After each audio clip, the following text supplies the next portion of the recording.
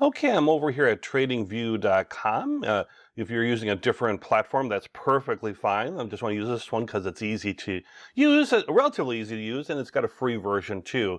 If you go to the free version, this homepage might look a little different, but there'll always be a spot where you can put in a ticker symbol right in the top here. So let's go look at some vaccine, COVID-19 vaccine companies, Johnson & Johnson, Pfizer, and Moderna, and see if there's some buying and some trading opportunities out there. And really the whole purpose is to demonstrate the concept. So that's the idea. We're going to demonstrate some of the concepts here.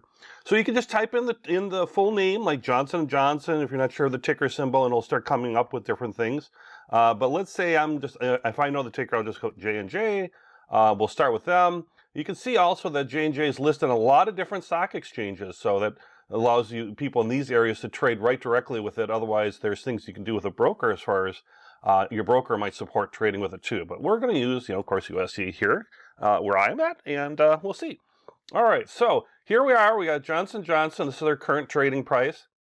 And really what you want to get to, and there's always lots of information, by the way, on TradingView, but what you want to get to is on the full featured chart. They might show you like a little mini chart here, but you want to get to the full featured chart. If you're using the free version, you just look for something that's going to look like this little square here. If you're happen to be using TradingView. But the whole idea here is not to teach you TradingView this lesson, it's to demonstrate some of the things here that we're learning. So let's take a look at that.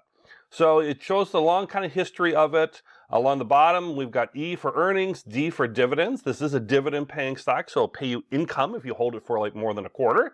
Usually it pays out it pays out a dividend quarterly, so there's some earnings and some quarters there. And you can kind of scroll by and move it around, whatever. I just use the mouse to move it down. So let's take a look here. All right, so this was the trading day is live, so we are open. You can see up at the top here what it open, high, low, close was on a particular day.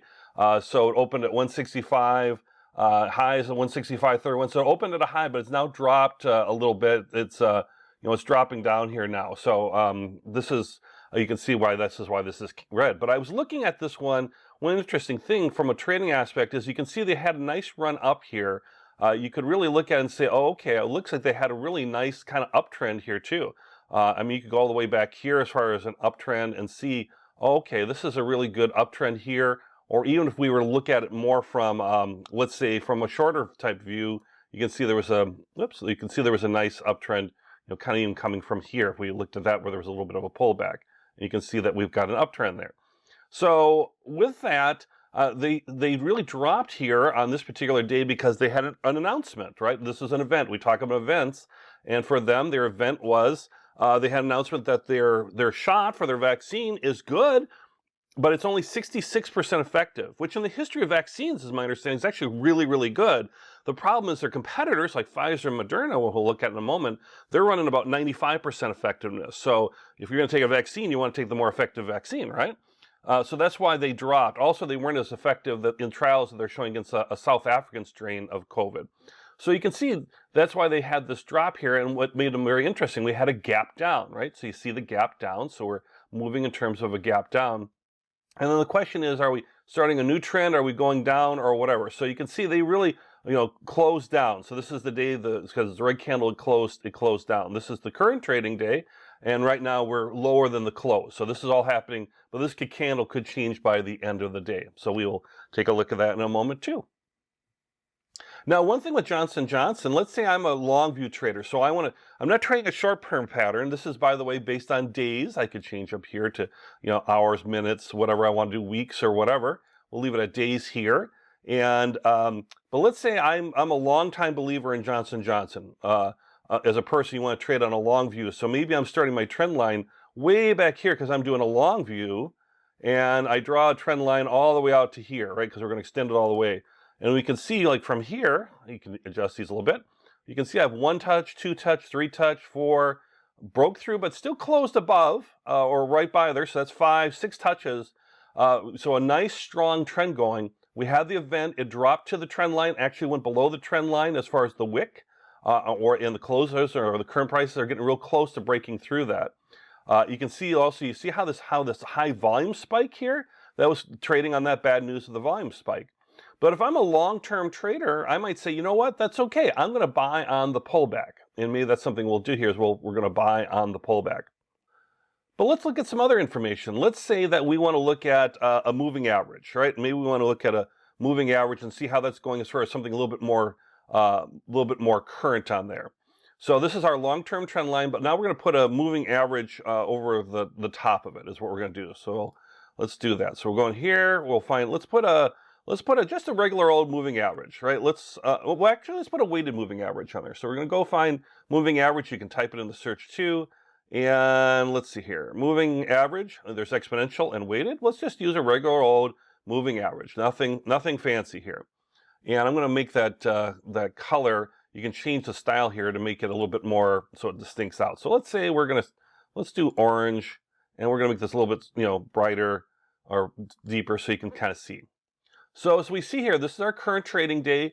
We've crossed below the moving average line and this is a 9-day moving average. They default to that. You can change the defaults, but it was a default to that. So we've crossed that 9-day moving average. So that was a sell signal, right? So this is a sell signal that we're seeing here.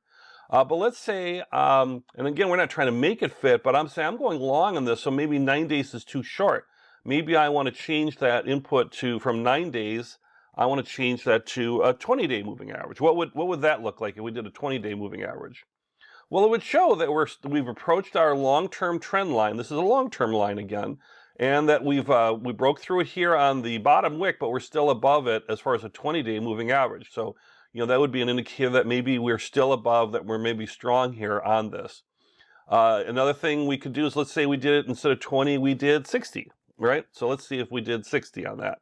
60-day moving average, you can see we're well above on a 60-day moving average. So the takeaway from that in trend demonstrate is how if you change your moving averages, that's going to change what you're seeing there. And again, hopefully you heard me talking through it as far as if this might be a play to buy a dividend-paying stock. If you're going to hold it for more than a quarter, you might get a dividend. If you're going to hold it for a year or forever, this might be a great time to buy on a nice little pullback on some bad news regarding the vaccine. Remember, Johnson & Johnson, they do a lot of other stuff in addition to vaccines. They do Band-Aids, is what they're famous for, and they do a lot of other surgical type of support and equipment, and they do a lot of other pharmaceutical drugs other than vaccines.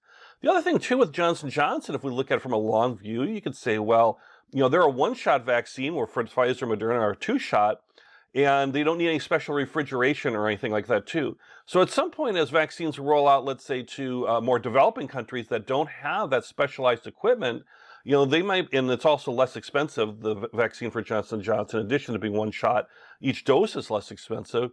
They might choose, okay, we're going to go with a 60%, 66% effectiveness, because it's going to be so much less expensive, and we can get it out distributed to our citizens, especially in rural areas or in areas that might be more developing. So that's a way you can think through in a long-term view. Short-term view, you'd say, well, look at that. It had a big drop. We're seeing some indicators there. If we go back to our 9-day, we can, or let's say a 5-day, let's go 5-day. You can see, oh, we're definitely below, right? So we've crossed the line, we should be selling. So you can look at it different ways, but a long view person might look at this and say, okay, this is an opportunity to buy in here. Let's look at and try some other things. We're gonna put some other things around here too. Let's look at Pfizer here. All right, so I happen to know that Pfizer is PFE. Otherwise, you could just type it in. We'll go to Pfizer. It's kept our 5-day moving average, so you can see that Pfizer's been kind of bouncing around here, and you can see they had some early good stuff from the trials and things. And this is back when they got it released, so you had this real big, being first in the market. They had a big run up here, and you can see their 5-day moving average line here, and it kind of runs along with it. But we're definitely in a downtrend here, right? You can certainly see that in long-term wise, we're definitely in a downtrend. If we look at this peak and we go down here, I mean, if we ignore that little outlier, you can see we're definitely in a downtrend, and we would want it to cross above that. It's not too far from it, but we would definitely want it to do that, for example. But let's say we're looking more of a short-term trade on this. Let's say, okay, are we still in a downtrend? How's that looking? Well, okay, same deal. We could go up here, and we could see that we've got multiple touches here on our downtrend. 1, 2 touch. These are close. Volume staying pretty steady. It looks like it's crossing above the moving average line. These are down days, but at some point during the day, they're crossing above. So I might monitor this stock a little bit to see, okay, do I wait for it to cross above that moving average? What if I change that moving average from 5, which is a pretty tight one? Let's go to 10. Let's say that's a 10-day moving average, just simple moving average. You can see how things change. Our trend lines are going to stay the same, but now you can see we've changed a little bit as far as along how the line looks. But let's say we also wanted to look at something like relative strength index, for example, is always a good one. And we're looking to see, is this oversold? Maybe this has gotten really sold down and maybe it's oversold. So let's take a look at that as far as another indicator. So we could type in RSI and find relative strength index.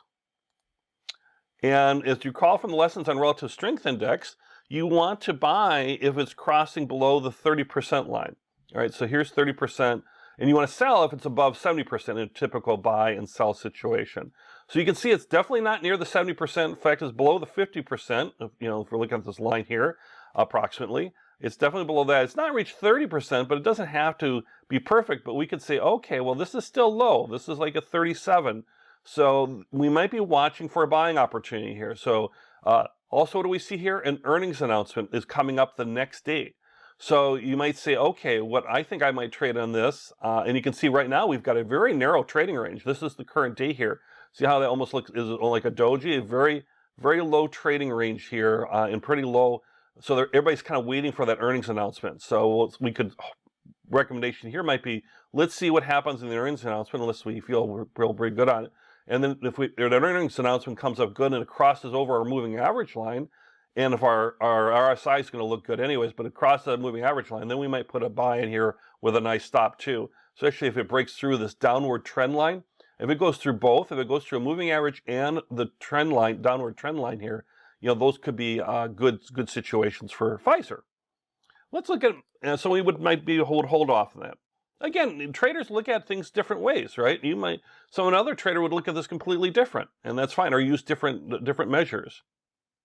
To keep it consistent, let's leave our same measures on there. So we've got our moving average at a 10-day moving average.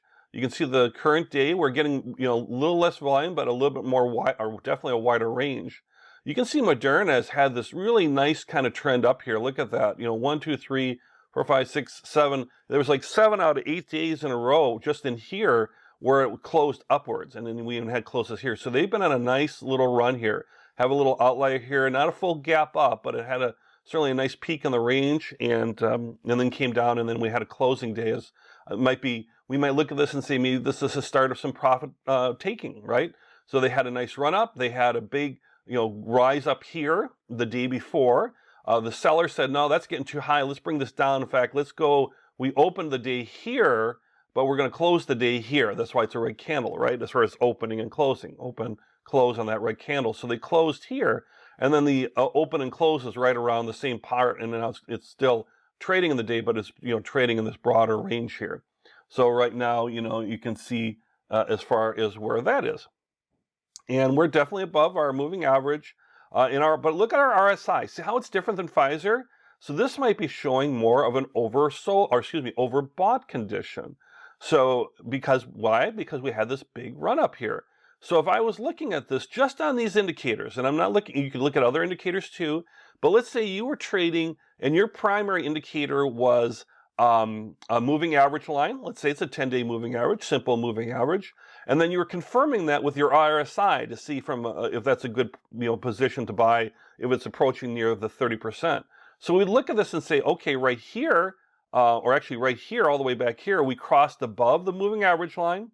Our RSI was down way, looking back here around 46, so it was kind of middle of the road. It wasn't 30, but we did cross above that, and we stayed above a little bit, and then we had a nice run up here, and you can see the RSI followed with that.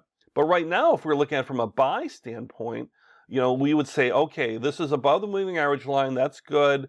We've already crossed it a while back before. We've had a nice trend up. That's good too. But right now, maybe we're getting ready to start a trend down because this might be overbought, according to our RSI.